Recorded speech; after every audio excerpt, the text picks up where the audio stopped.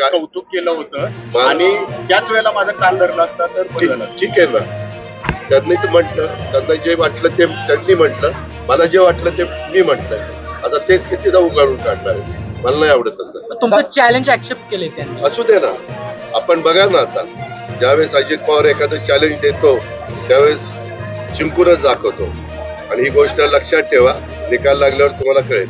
दादा, विधानसभामध्ये विरोधी पक्षनेते विजय वडेट्टीवारांनी नेते आहेत ते उद्धव ठाकरेंची भेट घेत आहेत. कुठेतरी एक मिनिट, राजकारणामध्ये कोण कुणाच्या भेटी घेत असतात ते आज नाही. त्याच्या बाबतीमध्ये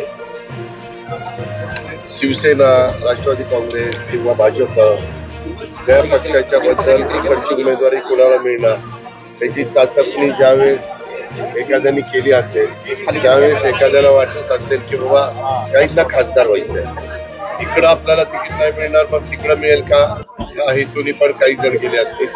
माझं आणि त्यांचं काही संभाषण झालेलं नाहीये.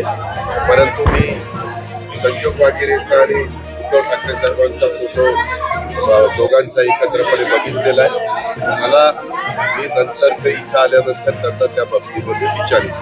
परंतु प्रत्येकाला व्यक्ती स्वातंत्र्य, मत स्वातंत्र्य आणि जर अशा पद्धतीनं कुणाला घेऊन काही करणार असतील तर याचा अर्थ समोरच्या विकास आघाडीला उमेदवार पण नाही म्हणून आता इकडचे वेगवेगळ्या भागातले उमेदवार घेण्याचा प्रयत्न चाललाय का काय मला माहिती.